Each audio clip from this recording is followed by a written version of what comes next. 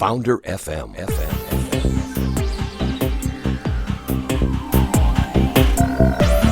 You're listening to Founder FM with your host, Graham Brown.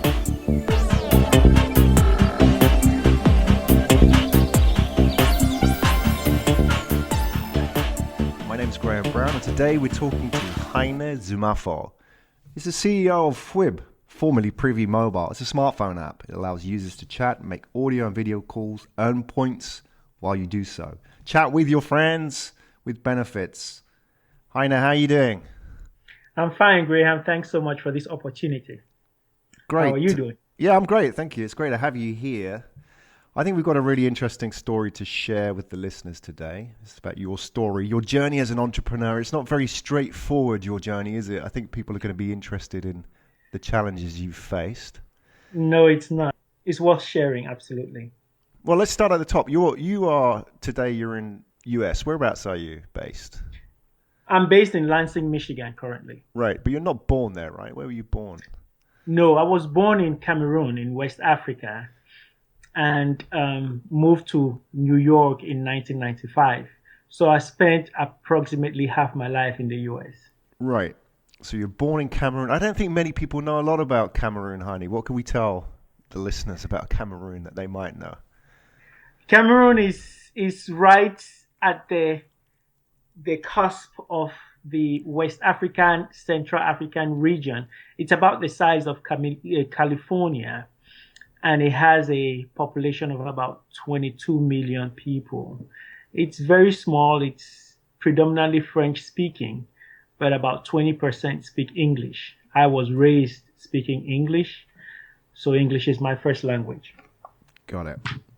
So you came to the States, and there's a point from where you are now. You're an entrepreneur running a mobile startup in the States, and there you were, a young 20-year-old coming to the US. What happened in between? Well, when I came here, I knew I wanted to study engineering. I knew my brain was wired for technology. So I enrolled in SUNY University, it's the State University of New York. I studied electrical engineering, and I moved on to study a master's degree as well in electrical engineering.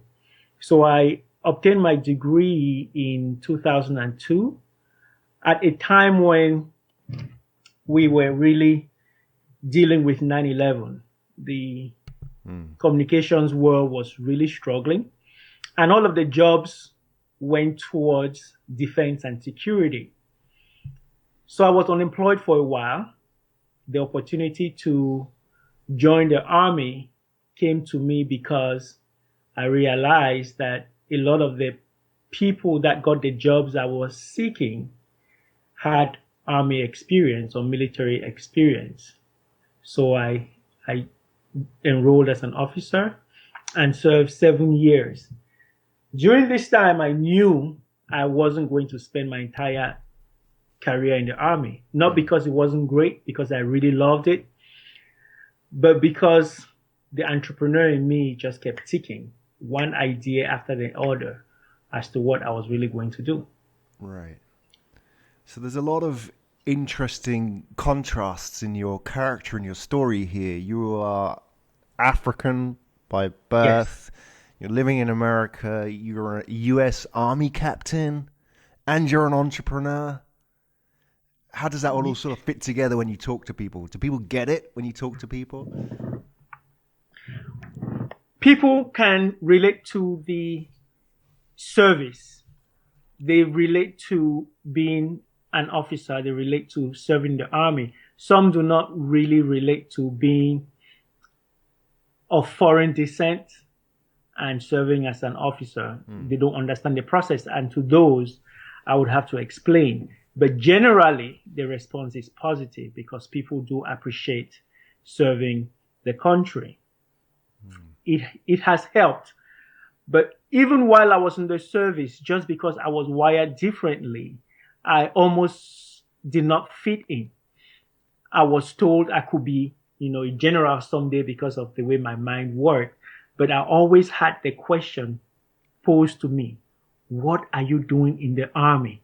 Believe it or not, I was asked that question every day.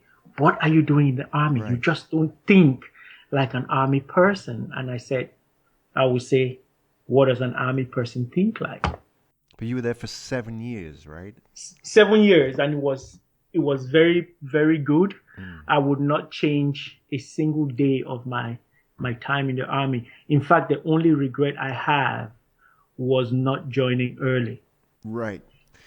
You said earlier about being wired differently. I'm curious to know how the army benefits or trained you as a startup founder.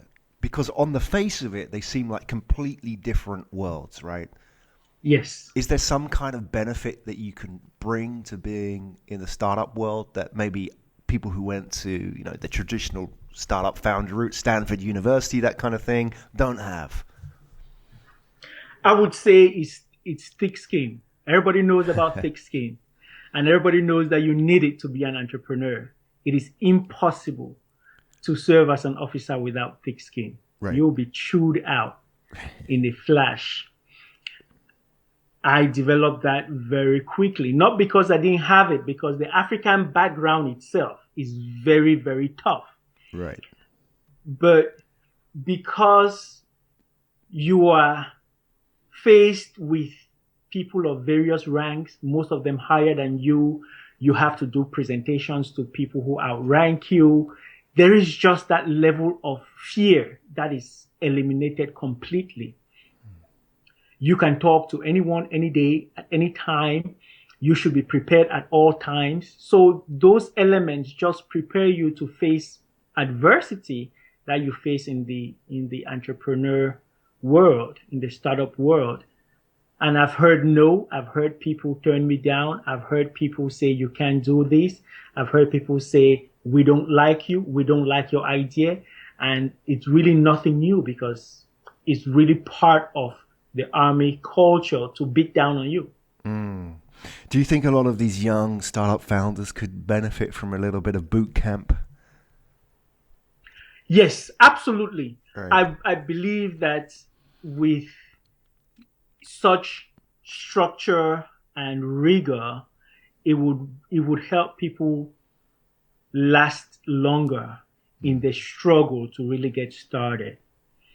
Because I have been going for over 4 years now since I left the army, and I'm really going through the exponential curve now, rising up. And if I really did not have the balance of the rigor of the African upbringing plus the military experience, I may not have lasted this long. Right, I believe so. Is there anything that you do as, in your daily routine that you sort of learned from the army that perhaps, a startup founder could learn from, like how you organize your day or how you focus or anything like that? Anything that you can share with us? The first thing that sticks to me is exercise. Right. It was part of a day in the army. And though I frequently engaged in sporting activities prior to joining the army, it was never really a part of my day. And now exercise, be it in the morning, in the afternoon, or at night, is an integral part of my day. I structure everything around that, and really boosts me when I am hitting a low spell. The concept of accountability as well. In the army, you're always accountable to someone. No matter how high you rise, you're accountable to someone. And as an entrepreneur, we lock ourselves in this space of, it is my baby and I'm accountable to no one. And when you have that mindset, you fall behind on what you really have to do. So it doesn't matter if I can find someone to do it on a monthly basis, weekly basis, or daily basis, based on what the target is. I will have that person to bench of my goals and basically hold me accountable informally. That's invaluable, I think, in this space, isn't it? Let's talk Absolutely. about your journey as an entrepreneur in America in the startup scene. And I'm really interested in this story because it seems that even though the startup scene is very meritocratic in the fact that anybody can get involved, it seems that the most of the startups, the most of the press coverage, most of the fame and the fortune goes to the Stanford graduates, those kind of startup founders.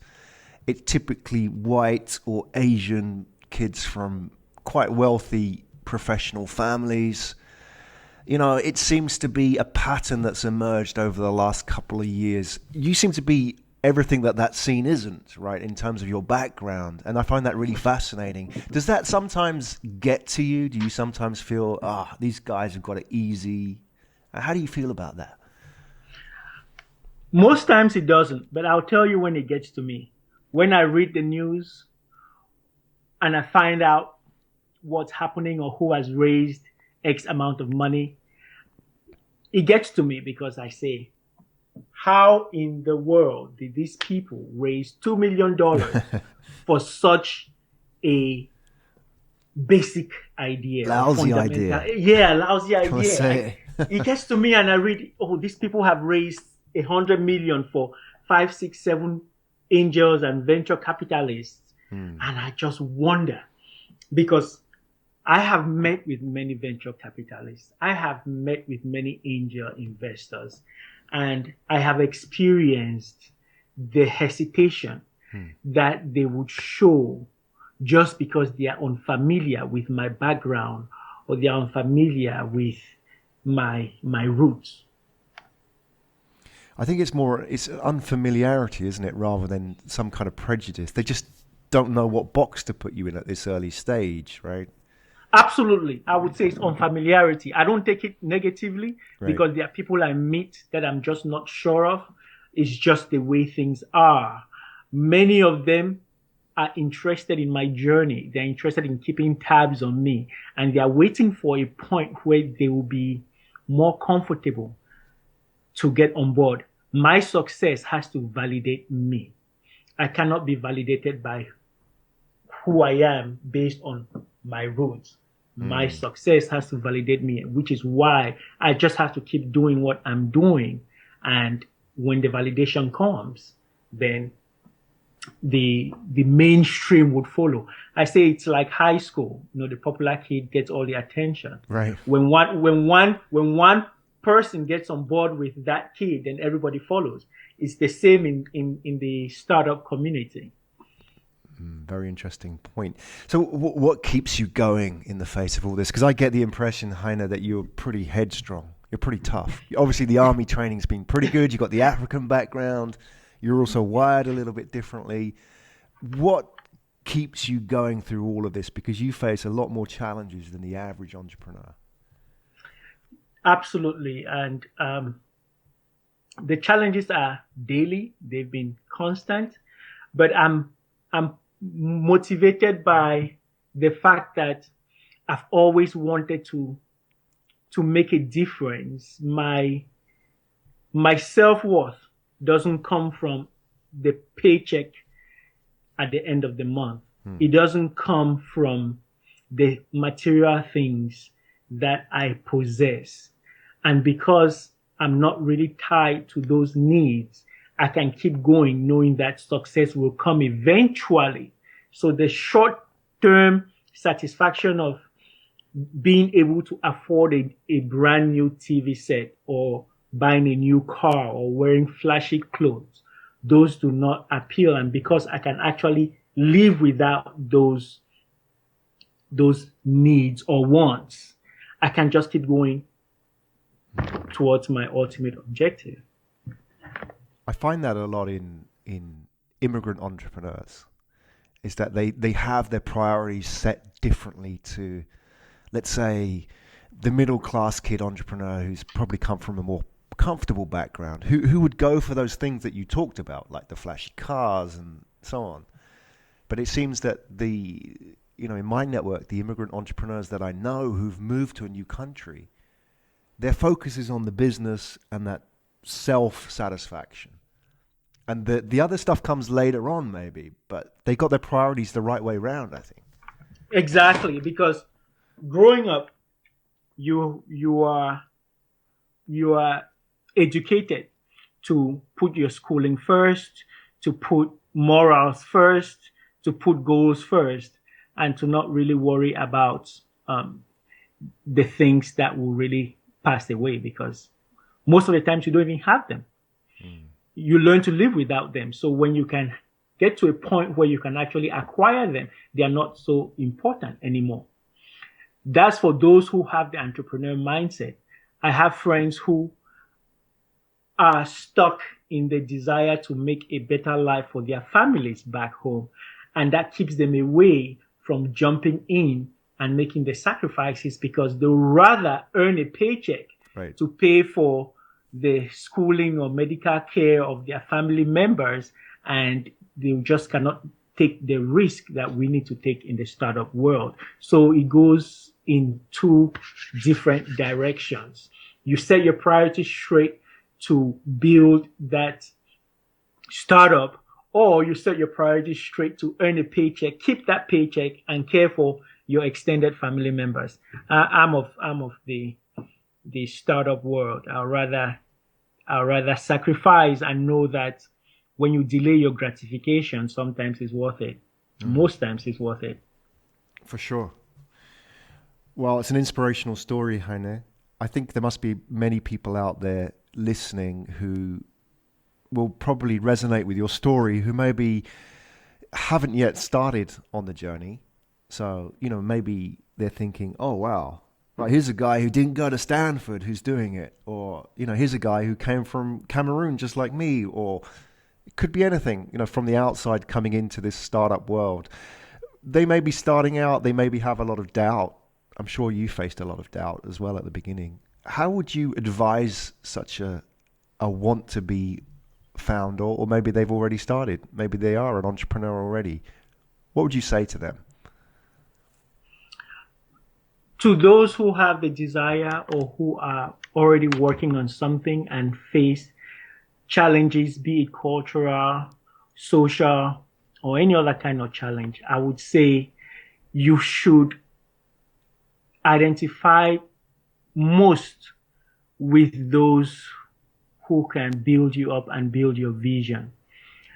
Through the process of a startup, you don't have to maintain your relationships. You don't have to stay close to your best friend. You don't have to stay close to your families. I'm not saying you should cut them off, but you should not depend on them for your source of inspiration. You should seek different communities out there. And you can find many such communities online through LinkedIn or meetup.com, or there are many, many avenues to actually integrate and socialize with people that will keep you going when you are weak. If you seek that support from most of your existing network, they will disappoint you. They'll tell you can't do it. They'll tell you get a job. They'll tell you you need to get your priorities straight. And that's not what you need to hear as an entrepreneur. So you have to identify with those who will build you and keep you going. And sometimes you just have to make the hard choice of marginalizing certain relationships. That must be really tough as well. If you're coming from another country, often it's those relationships, especially, maybe extended family and so on. That's the only thing you often have at the beginning, isn't it? So I imagine for a new entrepreneur, that's a really tough decision, because you're asking them to step outside of that comfort that they have. Absolutely. Absolutely. And that's why you have very many brilliant Africans or foreigners or people from other backgrounds that are not doing as much or doing what they should, because they are very committed to their past. They are committed to their past relationships, and those past relationships and obligations just make it really hard for them to branch out. But it's a learning process. Some people have it, some people just don't. If you don't have it, then you should not give up on developing that strength on the inside to build those relationships that will foster you. You should always remember that forsaking a specific commitment doesn't mean you've cut it off completely. You are tied to your root. You're tied to your family. You can deal with them at a later time. You can attend to their needs. People's needs and relationships just don't disappear. You just make them what you want it to be. Once you understand that, you can manage that obligation level that really causes guilt for no reason. Wow, that's great advice. It's fantastic. It's been great having you on the show. I think that Thanks. Your story is an inspiration. Where can we find out more about you, Heine? Thanks a lot, Graham, for the opportunity. I would say the best way to find me is on LinkedIn. A simple search would find me. And of course, the FWIB.me website also has information about me. Fantastic. I'm sure there are entrepreneurs out there, as I said, in a similar situation to you, maybe a few years upstream, who probably want to reach out, maybe ask for some advice or help. You're cool with that? Yes, I'm absolutely cool with that. It's normal in the startup community to seek help or give out help. I realized at this point in my journey that the greatest help and support has come from people I never knew. Exactly. Never knew, but obviously there's a very strong connection, isn't there? Exactly. They are connected by my ambition. They are connected to the vision. They are connected to the willingness to make a change. They are connected to the technology or the direction.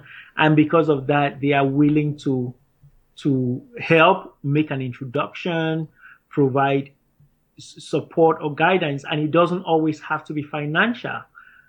Most times we are looking for help and we think the best help is financial. It helps, but the greatest help is often just the best relationship you can get. Fantastic advice. Hey, that was Heine Nzumafo, everybody, founder of FWIB, FWIB.me. Find out more about him on LinkedIn. We'll put the details in the show notes. We'll check out his app, website. What a great story. We'll have more like that in future. Thanks a lot, Heine. Take care. Thanks, Graham. Take care. Founder FM, voice of the entrepreneur. Find out more at www.founderfm.com.